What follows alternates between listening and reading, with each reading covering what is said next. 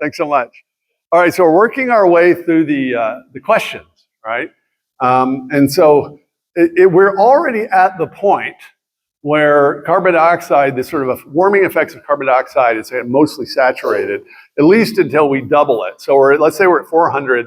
So what that would mean is that we would need to double it, get to 800 parts per million, just based upon the kind of physics of the greenhouse gas properties to increase the surface temperature another degree. And then you'd have to go from 800 to 1600. So you see how the diminishing returns works. So if that's true, and we've been going in the last 150 years only from, maybe 250 or to 400, what's causing the warming? Did I skip? Oh yeah, I skipped that because it was too complicated. I'm sorry, but I had it memorized. So there is an interesting correlation between cosmic ray influx, solar activity, and the temperature variation. And so as you can tell, it's complicated because you've got solar activities, and there's something called total solar irradiance. So everything that comes from the sun. But then you also have cosmic rays that come from the universe and come from the galaxy, all right?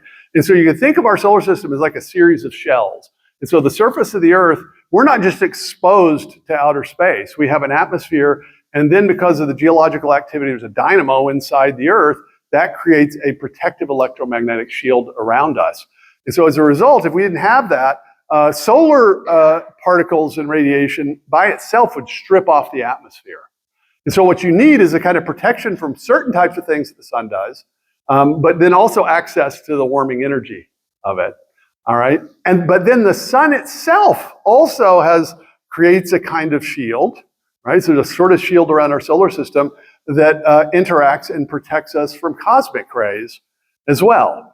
And there is an interesting correlation between temperature variation on the Earth and the variation of cosmic and solar rays and the way these interact, and a well understood mechanism by which these factors change the cloud cover on the Earth. So remember I told you that water vapor is by far the most important greenhouse gas, and that is in fact sensitive to things like the solar irradiance and the cosmic rays, right? So it could be very well that the vast majority of this warming at this point isn't actually from the CO2, it's from these other variables.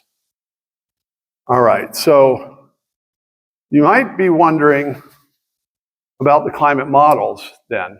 So why is there this prediction that slight incremental increases in CO2 are going to lead to radical greenhouse runaway greenhouse gas effects?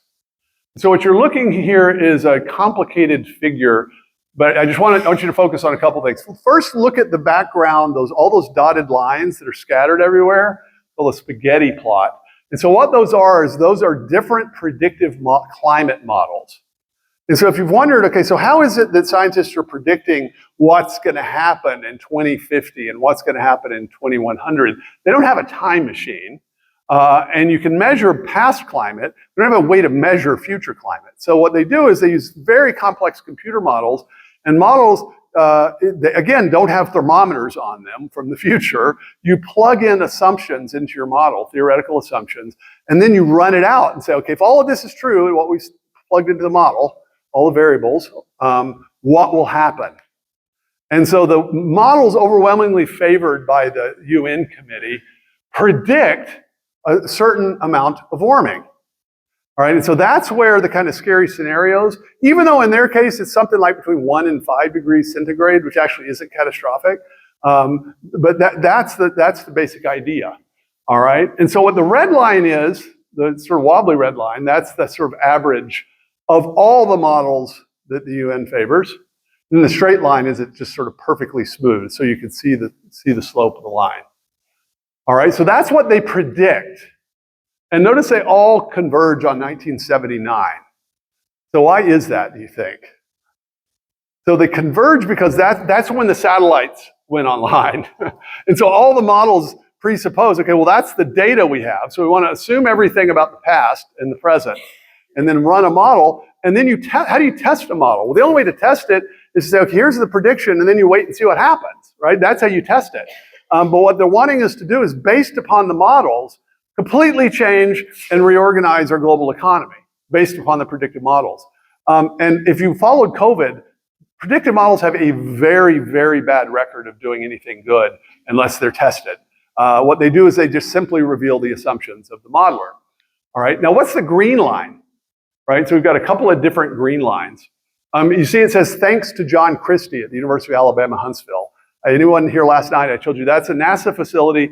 That's where the weather satellites are monitored. John Christie is one of the guys that does this. So this is his data. What the green is that's what the satellites have measured. And so what do you notice between the green and the red line? Are they the same? The red line is a much steeper slope. So in other words, all the models the UN is using predict far more warming than has actually been observed. What's actually been observed is what you would expect the warming to be based upon what I just told you about the effects of carbon dioxide with diminishing returns. What they're assuming is something about so-called climate feedbacks. So they're not saying, well, the CO2 by itself is going to cause the catastrophic global warming. They grant the point I made earlier. But they say, but it has other effects on the climate, and that's going to lead to catastrophic runaway greenhouse effects. And so if a feedback is positive, that just means it amplifies the effect of something. It means it dampens the effect. For a climate example, so if you melt ice, remember I told you ice reflects more solar energy back into space than water does, or the oceans. And so if you melt an ice cap and turn it into an ocean, now all of a sudden the Earth's absorbing more energy, right? So it's going to be warmer, and so it's going to melt more ice, and you end up with more water, which is going to make it warmer. That's the idea. That would be the idea of a positive feedback in which a little bit of CO2 leads to some major effect. And then that's where all the work is. So if you're wondering, where's the controversy? Like, Jay, you've told us a lot of science. Where's the controversy? It is right here. 95% of the action in argument. What are the nature of these feedbacks? And so what the UN does is that they assume all the feedbacks are basically known and that they all amplify the effects of the CO2. And if you do that, your assumptions are going to be that slight amounts of CO2 into the atmosphere are going to have drastic effects because you assumed all the feedbacks are positive, so they amplify. Right? What if some of them actually balance out, right? Have a sort of other effect. So when you're young, I think that this will speak to most of you. So when I was in high school, I stupidly ran track, and I was tall and skinny. So I was 6'3", 137, and I could not put weight on. And so this is the private torture of high school boys, right? Is being too skinny. And so you know what I would do? I would eat entire pints of Haagen-Dazs ice cream. I would eat half a can of Jif at night. I would drink bulking protein shakes. 137, didn't budge. But just nothing. Now I got fidgety and really hot. So what was happening? Was I violating the second law of thermodynamics, putting a bunch of energy and then, no. What was happening is that my metabolism was just adjusting to make up. It wasn't saying, I'll just add some muscle. No, it didn't do that. It would just speed up the amount of energy that it was consuming. And so it dissipated all those extra calories in terms of heat and physical activity. That's a system that's wanting to sort of reach equilibrium. All right, so you see the idea? So a body's ability to increase its metabolism is a negative feedback. So if your high school boy metabolism, you don't get fat when you eat Haagen-Dazs ice cream. You stay the same and you just get hot and fidgety, right? But now it turns out, because of the fall, I assume, that feature peters out at about age 20. And then you discover, okay, I can gain no problem here. All right, so that's the idea. If you want to know, this feedback thing is complicated, right? That's a negative feedback. Your body's adjusting what it does with the energy to keep you at the exact same weight in that case. All right, so the question is the Earth's climate on a razor's edge so that if we just add a little extra CO2, there are all these things that just kind of go crazy, and all of a sudden there's this runaway greenhouse effect, and the water boils off, and the ocean surfaces all just completely engulf the continents and things like that, or not? Or do the feedbacks balance themselves out? That's what the data from the satellites suggests. That there's, whatever the feedbacks are doing, they're neutralizing each other. And the only real effect is this little slight warming effect of CO2 and other things. And it's not anything that we absolutely have to worry about. That's where all the action is. Right now, I know that might seem complicated. If you're wondering, where's all the action in the debate? It's actually not with the carbon dioxide, it's with the feedbacks. Now, this is what I mentioned. I flipped the order of this for some dumb reason. But as I mentioned, there is a correlation between cosmic rays and temperature. And those are the plots. And that's a picture of where we get the data. Tree rings and stalagmites, believe it or not. All right. Question 3. So the question, is it warming? We're in a slight warming trend since 1850, sort of interrupted by a cooling trend from the 1940s to 1970s that is utterly unremarkable, not only from distant geological time periods, but just from human history of the last 2,000 years. We're well within the range of natural variation. Are we causing it? Well, the warming, well, we're likely contributing a little bit to it with CO2. We're also contributing to it with parking lots and lots of different things. But there's no evidence that it's any kind of catastrophic effect. Even if what you said 100% of the warming is the result of human activity, you've seen the satellite readings. It's actually very, very modest. And there's no evidence that there are these climate feedbacks that are going to just blow the whole thing up. If there were, we would see that in the geological records. We would find records of past runaway greenhouse effects in the past when there was much more carbon dioxide in the atmosphere than there is now. All right, so number 3 is rising CO2 and warming. Answer here, CO2 is plant food. So everything in that meadow, right, it depends upon carbon dioxide for life and for photosynthesis. We expire oxygen, right? Carbon dioxide, 2/3 of carbon dioxide is oxygen. And plants use that, combine it with a carbon molecule, and that's how they actually metabolize. It's absolutely crucial for photosynthesis, supports all life on Earth, which you know, right? And did you know that if you get below 150 parts per million, plants can't prosper. So that's like the zone. If you're wondering, is there a lower bound that you wouldn't want to go below for carbon dioxide for photosynthesis, about 150 parts per million.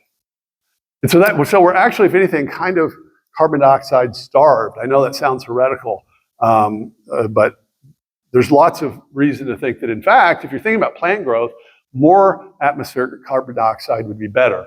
This is a scientist named Idso who has done a lot of seminal work on this. And so what they do in his son is that they take plants, like a certain kind of a pine, for instance, right? Bristlecone pine or something like that. And then they put it in little different greenhouses. And one will be just like the regular atmosphere, and then they'll increase to 150 parts per million the carbon dioxide and do this with different plants. And notice what happens, the same species of tree at different concentrations. Look how much larger it is. On the right, the top, that's actually rice. Really well understood.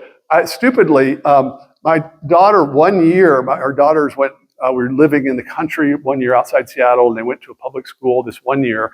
And my daughter was in had this science fair. And I said, let's test the effects of carbon dioxide on plants. And so we used wheatgrass and put them in clear containers. And it turns out you could see the green, but what we did is we had it in clear containers, and you can't imagine what it did to the root growth. It doubled the thickness of the roots. Increase in CO2. It wasn't very popular. Washington State, needless to say. So, yeah. All right, and so what would you think would happen on the surface of the Earth if this is true? Now, different plants respond differently. Some are sort of hyper responders, some respond only a little bit. But in general, plants are more prolific with increases in carbon dioxide in the atmosphere. So what would you expect if we've been adding CO2 to the atmosphere for several decades would happen on the Earth? Well, it's actually been studied. So this is a NASA study by Zhu et al., and there are several others that are like this. So this is basically a comparison. It's called the leaf index.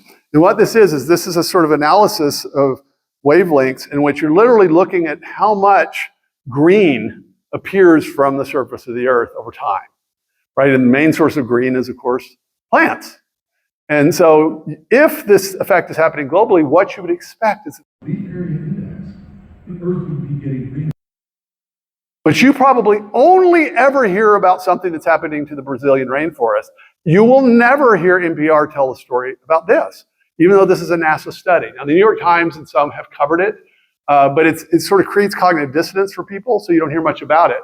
And so this is a study from this one in 2023. It was from 2000 to 2023. And so essentially what you're seeing is the red are the places where it's gotten less green for various reasons, either a drought or maybe farming practices. So there's some of that. And then green to dark green is where you have gotten much more green. So what predominates there? Green. So the Earth has gotten between maybe 50 to 20% greener. The hypothesis for this is aerial fertilization of carbon dioxide. And so if you're wondering, is it good or bad? Well, adding CO2 to the atmosphere, at least for plant growth, at least at this level, is pretty good. Okay, there's another complicated plot you don't need to worry about. But what I want you to see is that these are basic models based upon other data sets to try to figure out, okay, what's the CO2 concentration at different times of the distant past? The line of death, as I told you, for plants is 150.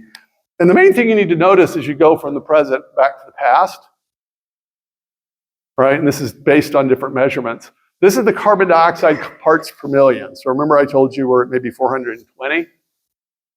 It's gotten up to 6,000 parts per million, right, in the past with no catastrophe. So it would be somewhat warmer, probably, but it would be a lot greener, and it would in no way be an actual catastrophe. All right, so the other thing, and I could bore you to death for an hour on this, remember the prediction is that warming will cause catastrophic climate changes. And climate changes like far more hurricanes and cyclones, far more intense hurricanes and cyclones, far more intense tornadoes, all that kind of stuff, right? All of this data is available online, and I'm going to summarize it for you. At all of increasing intensity and frequency of any of these things. It's just not true. These are predictions of the model, but when the media gives you a story about a hurricane, it is pure propaganda in which they're picking a weather event that happens and using it as an illustration for macro climate change. So this is just one slide showing this. So this is the count of major tornadoes. So tornadoes at 3 to 5 per time. So you expect if increasing carbon dioxide and temperature, right, is causing more intense, more frequent tornadoes, you can see a correlation. Right, from 1954 to 1987, we had if you average those, it was 54 a year, and if you take 1988 to 22, average of 34 a year. So if anything, the trend is kind of at the moment in the other direction. Now, I think what's actually happening is that these things just vary over certain time scales, and probably the variations in temperature aren't making a huge difference. So there's no evidence that it's actually bad, at least the amount of moderate warming that we have. It's certainly not bad for people in the north. Land prices and property prices might go. Now, maybe if you're in Southern California, you'd be sort of grumpy about that. But here's the kind of key question. If you're saying, well, is it bad? The Earth is warming, and we're causing it. Global temperature. Does anybody know? Nobody knows. No one has gotten the Nobel Prize for determining the optimum global temperature. How would you calculate that? Well, you'd have to take account of all the effects, good, bad, and indifferent, for different temperatures, right? Now, we can say if we're talking about human well-being and life, it's somewhere between 0 and 100 degrees centigrade, right? We know it's in there, and it stands to reason that, yeah, if we're way out from where we are now, at some point, it's possible that the cost will exceed the benefits. But there's no reason to assume that moderate warming in the near term is on balance bad. They're just sort of counting on you to assume that, even though you know that that's not true. In fact, far more people die of cold than die of heat. And this has been true historically. And so the only way you could sort of answer the question, yes, it's bad that there's warming, is if you knew what the optimum global temperature was, and then you knew where we are. And if we were moving away from it, that would be bad. But what if it's up here? Then that means that we're moving toward it, right? And so it's actually a very complicated question. And even the UN predicts a century out that the moderate warming that we're experiencing right now is on balance better rather than worse economically. It's just that they think 80 or 100 years out, based upon the predictive models, that's when it's going to get bad. But you can see how much stuff there is here in this really simple claim about climate change. And then there's these kind of questions, okay, are things getting worse? Climate-related disasters and deaths from those are down basically 99% over the last century, despite the fact that we build far more things in places like floodplains and Hurricane Valley in Florida, right? Mainly because we've learned to adapt to it. They haven't gotten more expensive in principle. We do spend more on it because insurance covers things. And so you can't say, well, you know, there's a lot of property damage in Florida now than there was 80 or 100 years ago. There was no air conditioning 100 years ago. There weren't a lot of folks in Florida, right? So when you're building condos on the edge of the ocean in a hurricane zone, you're going to expect more kind of damage. That tells you nothing about what's happening in the climate. All right, same thing with wildfires. Weirdly, the trend is actually on balance, right? Not in any particular place. Some places are worse than others. There's no obvious trend. And then, of course, if you do sort of global metrics and life expectancy and financial effects, there is a direct correlation between increase in CO2, warming, and human well-being. Whether they're causal or just correlative is another question. And then now we finally get to the policy. So let's say you said yes to all the questions. You said, yes, it's warming. Yes, we're causing it. Yes, it's terrible. There's still the policy question of would anything that's like sort of politically feasible make any difference? And so the first attempt at this was something called the Kyoto Protocol, in which countries that signed on pledged to reduce their CO2 emissions to 5.2% below 1990 levels. Countries signed on to it, none of them did it. And so then the next one is called the Paris Agreement, which is sort of like that, but it just sort of updated it. And the only country that's partially complied with it, despite not signing it, is the United States of America, primarily because of the shift to natural gas, weirdly enough, because of fracking. And so now, guess what the proposed policy is? Net zero by 2050. So Kyoto Protocol and the Paris Agreements didn't work primarily because the guys that proposed it themselves said that if all the countries complied, it would make a vanishingly small difference in global temperature on their assumptions and cost the global economy trillions of dollars. So countries were incentivized to say they would do it and not do it, needless to say. Net zero is the idea that by 2050, we will no longer be adding any new carbon dioxide to the atmosphere, which is impossible. It is absolutely impossible. And it's got a massive PR campaign. This is it, 10 objectives, 1 goal, net zero. So here's an analysis by Richard Lindzen at MIT, Will Happer, physicist at Princeton, and Weingarten, actually at York University in Colorado, making the calculations of net zero, basically. So if you actually did this, by itself, it would actually make very, very little difference. So it would cost tens of trillions of dollars, probably hundreds of trillions of dollars, and it would make absolutely no difference. So as a result of that, what do you think the chances are that countries are going to freely comply with this? Basically zero. What do you think the chances are that China, which is still coming online and by far the greatest sort of, that's where the growth is in CO2 emissions, what do you think the chances that the communists in Beijing are going to comply with this? Zero. What do you think the chances are that the communists in Beijing would like other countries to do it? 100%, right? 100%. So this is just completely insane. No politician is ever going to be able to answer this question.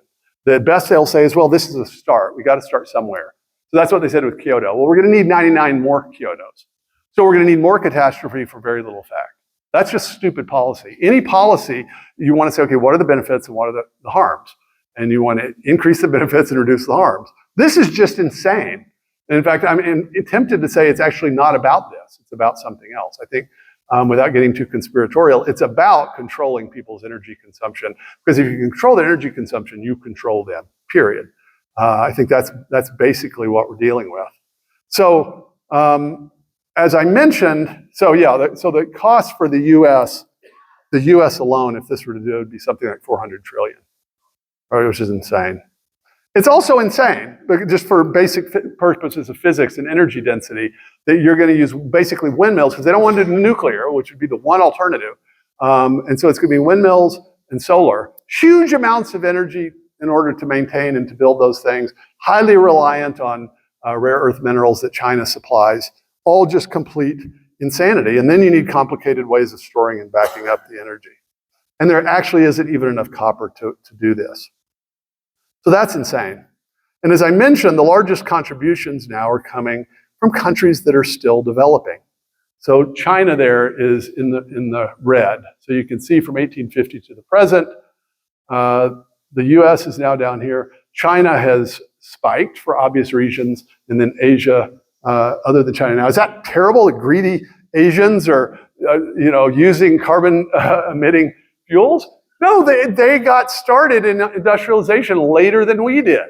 And so I do not fault the Chinese or the Indonesians for using these sources of energy, especially when their per capita income is much, much lower. In fact, we know that as countries get wealthier, they become more interested in environmental cleanliness.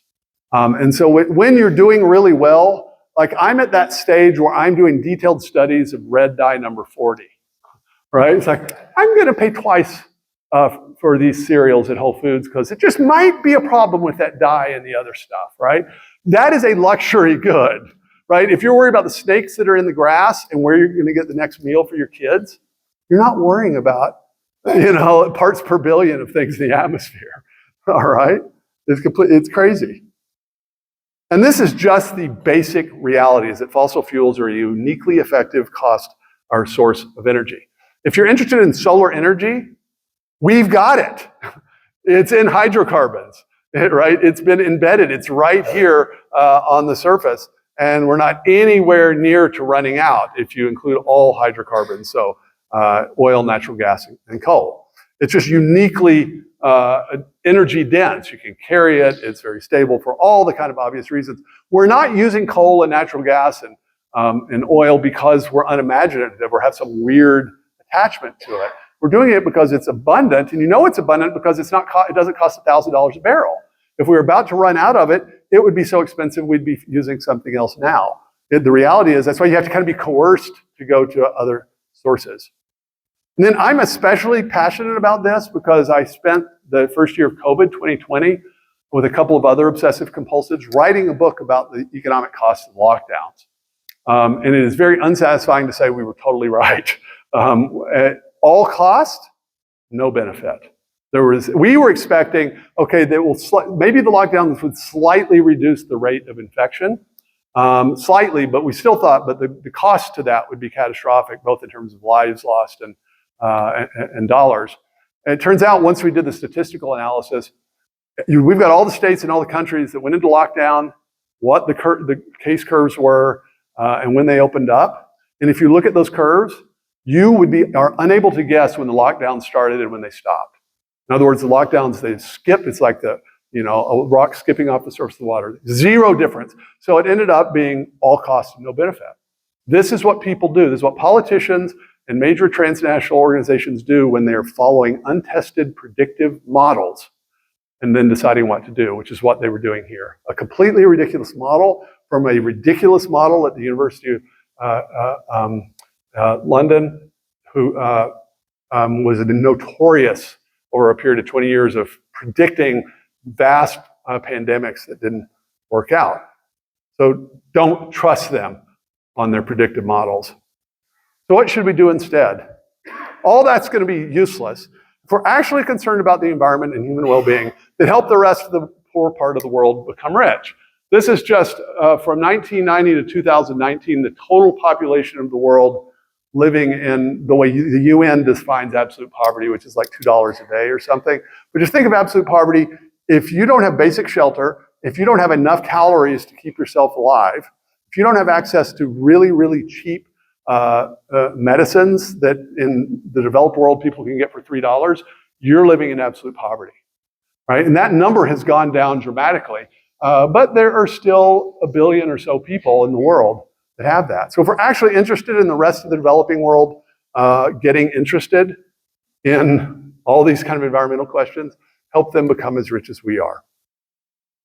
And this is the basic reality. And African economists, by the way, are especially passionate on this. I met a UN delegate from Kenya last year at a UN event.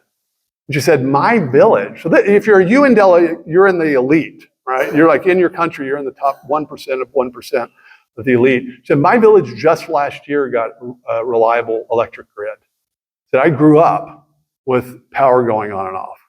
The poor need this stuff. Food requires energy. A third of the world still burns wood and dung for cooking, heat and cooking. So according to the World Health Organization, 4 million children under 5 years old die each year from respiratory diseases caused by indoor smoke. And there are a lot more depressing statistics where that came from. That's what we should be focusing on. And the reason especially we should be focusing on it is because the richer a country is, the more they are able to adapt to change. So we would, right? So what do we do in the United States? We add insulation or move or get air conditioning, right? So the wealthier you are, the easier it is for you to adapt to change. And in fact, we've been doing this for decades. So this is a chart that shows you can't even see the global warming. So this is degree centigrade change over time. So global warming for the last 120 years is basically flat. So the effect of warming, you can't even see it. But what this is the amount of change that people on average experience themselves over time. So over a 2-hour period, a 10-hour period, a 6-month period. Why 6-month period? That's the difference between the middle of the summer and the middle of the winter, right? Those changes in Billings, Montana are much more drastic than anything that we're talking about.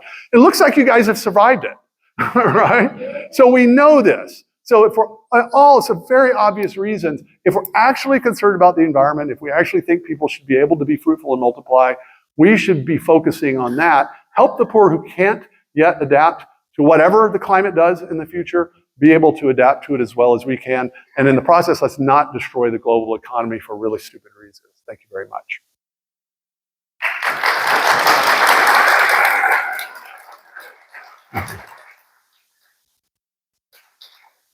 All right, so I don't know what's happening with my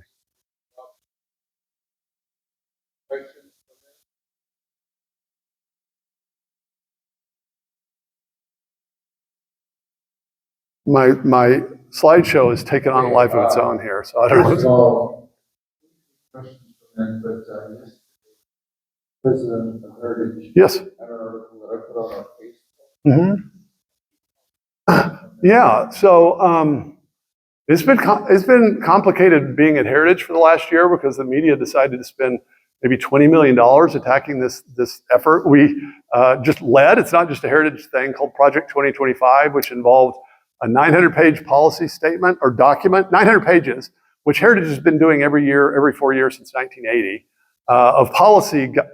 So like, here's policies we think the next president should implement.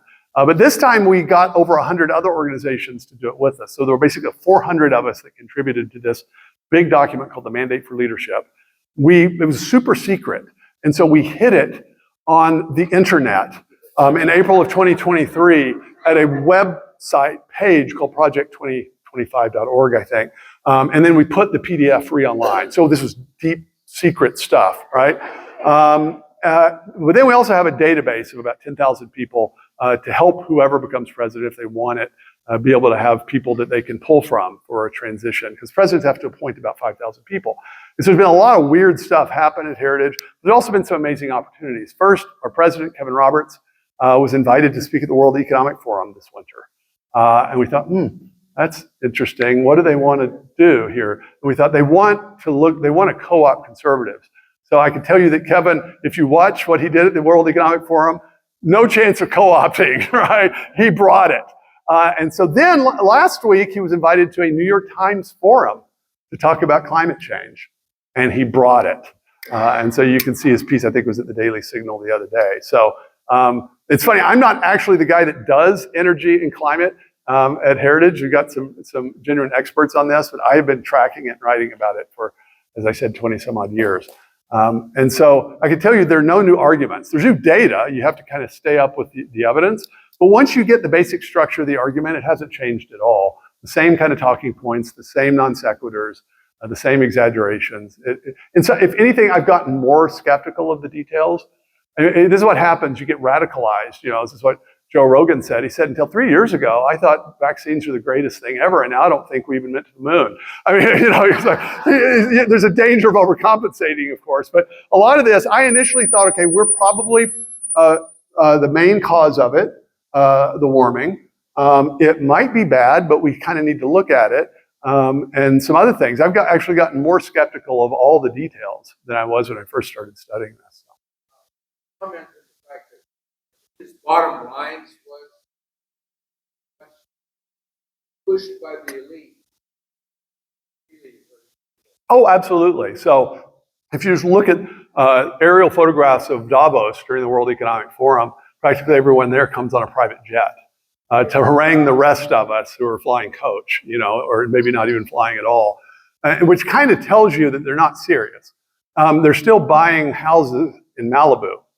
If you were really worried about sea level rising, you would not be doing that. And so, in my mind, part of this is there's lots of young people that just get captured by this stuff and they genuinely believe it, and they're sort of tricked. Then there's maybe some true believers among the elites that just are sort of totally convinced of this. But I think a lot of this is cynical because at least the people that are doing themselves things that would make a difference, I'm inclined to take them seriously. James Lovelock, for instance, was a scientist that came up with the so-called Gaia hypothesis. He's very much over on the left. Really worried about this, but he said we have to get serious about nuclear power. Okay, I take Lovelock seriously. If somebody tells me we got to go net zero by 2050 and we're going to do it all with solar panels and windmills, that's just not serious. That's just the stupidest thing ever. That tells me this person doesn't know math and physics. That's just what that tells you. And so that's the kind of reality is we're dealing with elites that exempt themselves from the rigors that they expect the rest of us to endure. This right here. Wait for the mic here. Wait for the mic.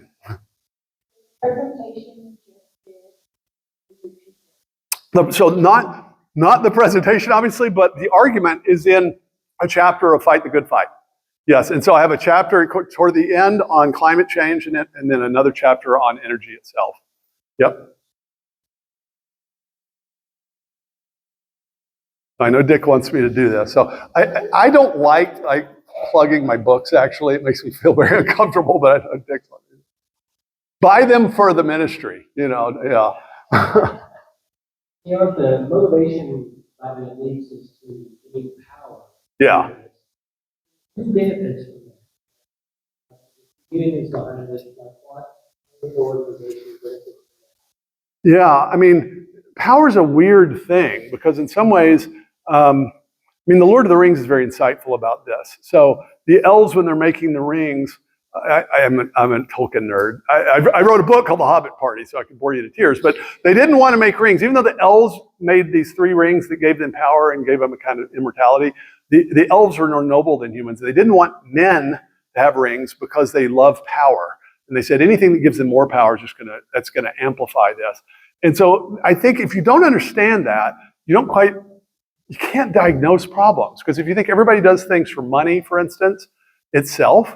I just finished last night The Rise and Fall of the Third Reich by William Scheer. I read it years ago. He was the American journalist on the ground in Austria and Germany throughout the buildup of the Third Reich and all of World War II on the ground. And he talked about this. I mean, Hitler had bunkers and things like this, and Hitler collected a bunch of art, but he was collecting it for a museum. There's no evidence that Hitler was motivated by just getting rich. He was motivated by his really bizarre demonic ideas of the good of the German people and himself. It was power. And that's what's happening here. And so I think when you're dealing with elites, the temptation is to think, oh, look at all these rich people, gathering, they're hoping to get richer.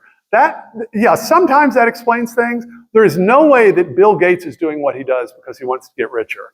Because just like CO2, there is diminishing marginal utility with money, right? That first 75,000 is a big deal. The second 75,000 is pretty good, but you get to a few billion, it doesn't change your life. And so what happened is that Bill Gates was at one time the richest man on the planet. He shifted to philanthropy, and now he does a kind of, it's a kind of predatory philanthropy, unfortunately. He's done some good stuff. The Gates Foundation has done some good stuff, but now he's absolutely focused on empowering the UN and these transnational organizations. And so I think it's partly about power, and it's partly about a political vision that if humans are sort of allowed to be free and have more local control, that we're going to kill ourselves. And so we need some noble overlords to control us. And, they just happen to look like Bond villains, like Klaus Schwab. That's God giving us a hint. Like, it's not that subtle. But I really do. I think it's mainly power and plus a distorted kind of altruism in which they think we're going to destroy things if they don't control us. I think they believe that. And so that's why they exempt themselves. You see, because the rabble needs to be controlled. They sort of transcend it. Actually, I got one comment. Comment is, if you're really concerned about the environment, you need to be Need to do what? you need to go use Europe. Oh, yeah, absolutely. And the question is, it has to deal with last night's lecture on Yeah.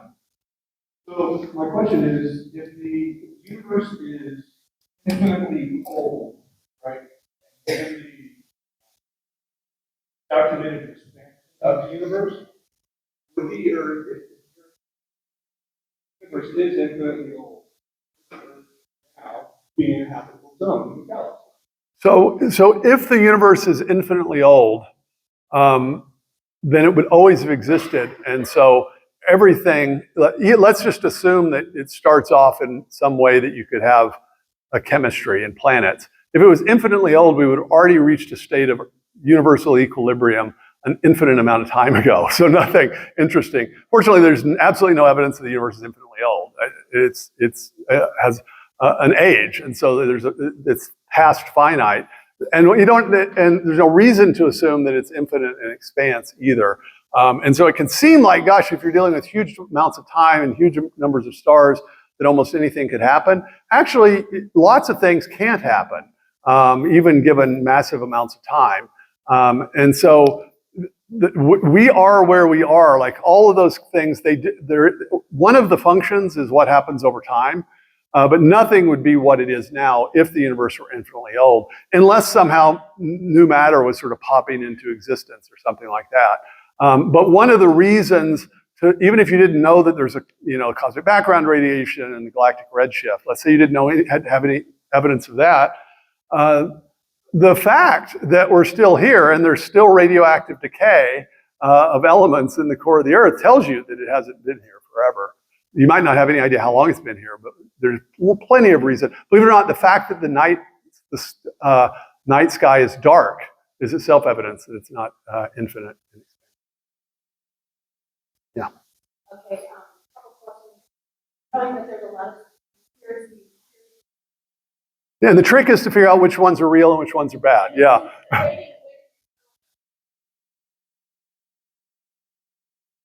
a lot of talk about what we are spreading heavy metals. So do you believe that that's a, and then the second question is, come up with Van Davidson, who talks a lot about solar flares and the electromagnetic risk for solar flares. Yeah. Okay, that's a bunch of stuff. So it has been talk of what's called geoengineering. And so the idea is if you're worried about runaway climate change or runaway global warming, one way to affect that would be to increase the reflectivity of the Earth, right, or the atmosphere by adding certain things into the atmosphere, certain kinds of compounds and elements. And so that's the idea. This has been proposed by some people. So far as I can tell, nobody's trying to do it, even though there's a lot of stuff online about people doing it. But if we were doing it, almost anyone with some Radio Shack materials could probably measure the effects of this. And I'm quite certain that the Europeans would not like it. So if it were happening, I would suspect it here rather than in Europe, because they're really They're fussy over there about what gets added to the food and the atmosphere. So yes, there's proposals for that. So as far as I know, there's no evidence that I've seen. I know there's a lot of pictures of contrails online. That's not evidence. That's just pictures online of this, that anybody's doing this in any systematic way. Now, there are kind of local testings to see, okay, if we were going to do this, which ones would be the least harmful and, the most beneficial for reflecting it. I think it's just an insane idea. Now, yeah, it might make sense if there was some kind of catastrophe, but we have no idea all of the kind of knock-on effects of doing that. And we're really bad at anticipating unintended consequences. Okay, so solar flares. So yeah, so there's always a relevant worry that we're going to have some kind of electromagnetic event from the sun that's going to drastically affect our electronics, basically, on the Earth. And the strength of the Earth's magnetic field varies over time, and in fact, the polarities flip over time too. And so there's always a kind of worry about that, but there are also 11-year sunspot cycles that we track. And so I think that the best that we can probably do is sort of calculate the costs and benefits. Okay, what's the probability that this could happen on any particular year? And then how much does it cost for us to shield vital equipment and infrastructure from that? That's just how you do policy, okay? You're not going to spend all your GDP on this for an event that might happen once every trillion years, right? But if it's a real risk, say 12 or 15 years out, it's something that we need to do something about. So that's where I would say that's where we should focus our energy. The military does this with some stuff. The other thing you can do is just get a 1978 Chevy Silverado pickup that's an analog, and then hide a battery in a Faraday cage or something, and then that's the only thing I'll have to replace.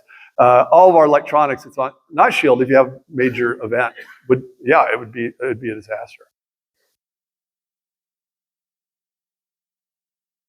A long time ago, or at least when I was in college and high school, we learned about the Van Allen belts. And then about, I'm going to say 15 years ago, there was a big scare about the ozone. The hole in the ozone layer. Right.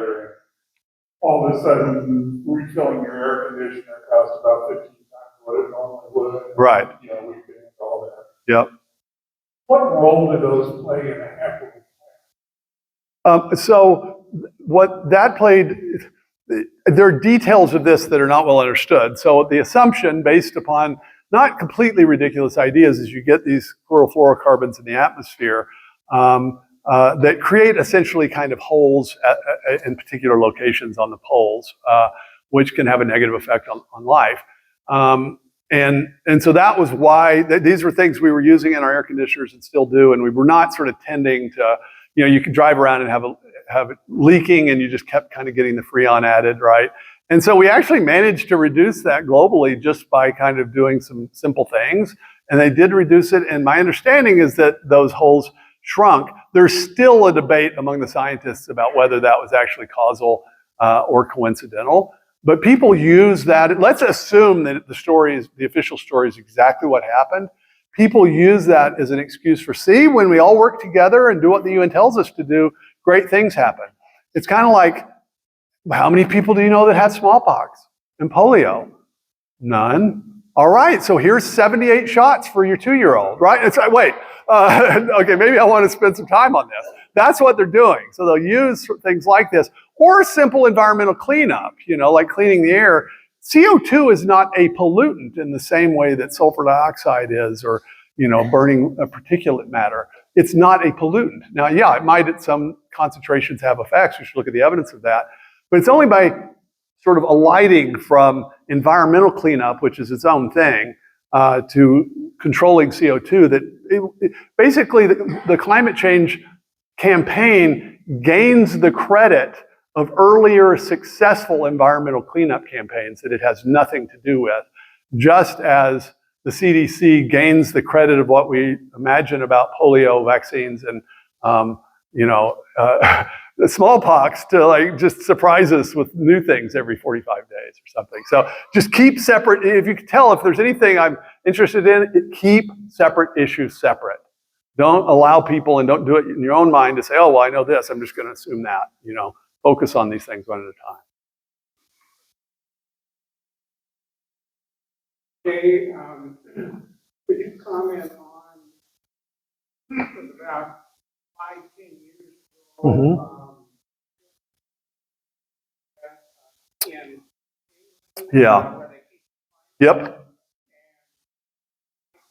Yep. This was 2009. Yeah. Yep. They intercepted hack. That's right. Communication. Yep. And you know where I'm going. I know where you're going. It was called ClimateGate. I was writing full time for the American Enterprise Institute on this at the time. It was the happiest. I was like a pirate that had wandered into dragon's lair of gold and the dragon was dead. Because this is a bunch of data of us that were working on this. We knew these guys were manipulating peer review, killing, completely destroy. Like if you're an editor at a journal that dared to publish an article by some guy at MIT that didn't toe the party line, they would do everything they can to destroy your journal and never publish again. And there's correspondence of them talking about it. It's all the shameless stuff that we all knew they were doing, all there for us to see. The media didn't cover it well, of course, and so people forgot about it. They Absolutely. don't have information. Yeah. They start with what is right.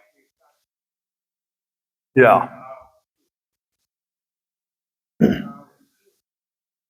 Everything follows. Absolutely. It's backward science. So I'm mostly focused on the modeling. A lot of the stuff that we found out there. Now, we know that models are only as good as in fact, I forget if it's Freeman Dyson or somebody said, give me 5 variables and I can make a model that will predict anything. You tune enough dials to do this. But these guys are a lot of them that were actually responsible for the data because, you've got all these ground measurements. And then you've got satellite measurements. And so there's an office in the United States, an office in the UK that have separate data, theoretically. They're all colluding. But if you thought, okay, I wonder if there's a kind of peer review cartel here. It was utterly exposed for that. I mean, I must have written 50 pieces on this at the time because it was, I must confess, it's like a kid in the candy store. It's like, I told you, we knew it. But it's irritating because none of those guys have actually paid a price for that at all. In fact, Michael Mann is still in a now multi-decade lawsuit against Mark Stein, who dared to sort of call him a name. Exactly. Went after the hackers instead of the scientists who were exposed. It was absolutely outrageous. I've got a piece online.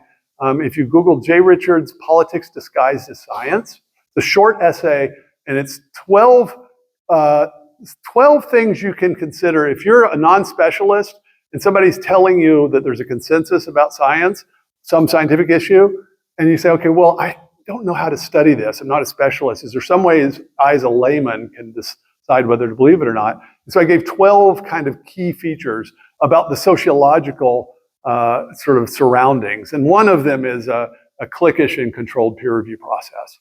Another is declarations of consensus before a real consensus could possibly exist. And there are 12 of these.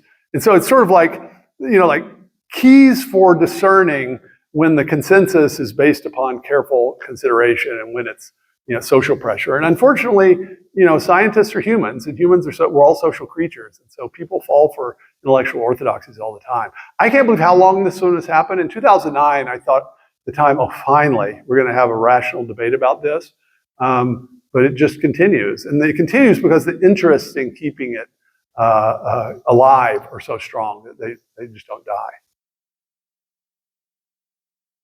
Okay, for big oil companies, talk about small players. Yes, exactly. I'll give you my card.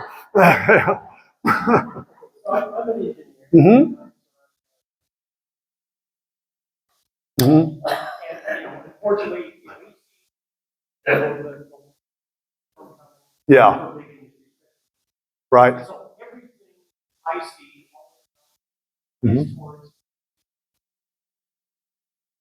Yeah. Because energy is Right. Into dumb stuff. Yeah. We realize that we have the most affordable energy in the world Yeah. because of our technology. Absolutely. Smart people spending time, develop very efficient processes. Yep. You have one go-to book or something that you would hand to me. Oh, okay. I'm gonna pull This this. is something I recommend you. I recently read a book by Wahlberg. Yeah, that's a good book. I know Michael. He's good because he's sort of on the left. He calls himself a refugee now. But his book, did it come out last year? I forget when it came out, last couple of years. Yeah, that's really good. The book Unsettled by Steve Koonin, Koonin, is really good. And it's just kind of analyzing, it doesn't talk so much about energy, it's just sort of analyzing the climate issue. And then, it's not up here now, but it's this guy, so Alex Epstein. Now he's like a hardcore Randian libertarian, which I think kind of can turn people off. But he focuses on just the sheer benefits of hydrocarbons and using these things and treats them as a blessing. So he makes a really strong, I think, persuasive case for the importance of using these things for human well-being. And if you think about it, it's not as if it's just sort of there and was already useful. I mean, until a couple hundred years ago, anybody had experience with oil coming up out of the ground, it was usually in their farm, and it was frustrating. It wasn't until we actually figured out how to refine it and use it for fuel and develop technologies that could use it efficiently for fuel that really kind of became a resource. And there's still a lot of this stuff. And so the only way that anybody's going to be able to persuade us not to use it is to tell us that we're going to destroy everything if we keep doing it. Because otherwise the case for using it is so obvious. And we're really good at mitigating the cost in terms of environmental cleanup, in terms of getting lead out of the air, all this kind of stuff. We're good at that. And so that's why I just think they go after it. There is also, I can't say I'm absolutely certain, China wants us to weaken ourselves. While they don't do that, right? I can't begrudge them that, right? I mean, that's just, they're acting rationally. And so they have every interest in us propagandizing ourselves. Because first of all, then we have to buy the rare earth minerals from them for the windmills and a bunch of other stuff. And then everything we do to make our energy more expensive is going to harm our economy. And so they want that. So it's very much in China's interest for all of us to be just totally crazy about this stuff and them to keep building coal plants and all that stuff. And then, of course, fracking. So I had a debate, again, there's a very nice person, he was a Catholic priest about this, and he was really worried about peak oil. It was about 15 years ago, and I was following the fracking stuff. I said, no, this is nonsense. I said, if the analysts knew we were about to run out, the price would tell you. That's all you need to know to figure out, okay, is it true that we're just about to run out of oil? Look at the gas station prices. There's a price signal. Anything that everybody on the planet wants that's almost completely scarce, that's going to be $1 billion a barrel. It's not what's happening. And so it's really, really frustrating because even oil companies themselves sort of punish themselves because they feel like that's sort of required just for marketing purposes. Because if the population thinks it's bad, then even if you're BP or Exxon, you got to sort of signal that you're working with the fairy dust to solve the problem. But I think there need to be other messengers, people like Epstein, that say, look, it's anti-human, effectively. It might be posing as compassionate, but it's actually anti-human when you look at its effects. What do you think of this guy? Thanks so much. Yeah, I don't know why you came back to see Montana the 5th time. Wow. I had forgotten it was the 5th time. That's why. I know you probably came back to see me. Yeah. Thank Thanks you so much. Thank you. Yeah, my pleasure. Good to be with you. Thanks. If you can help us pay this, that would be good. Three from there. 3 more on there. Mhm. B.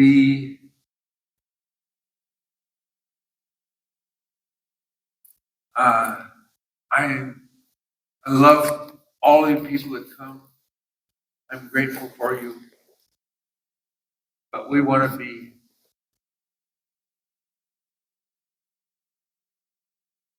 an ambassador. Be an ambassador for Christ. Be an ambassador for truth. Thank you for coming.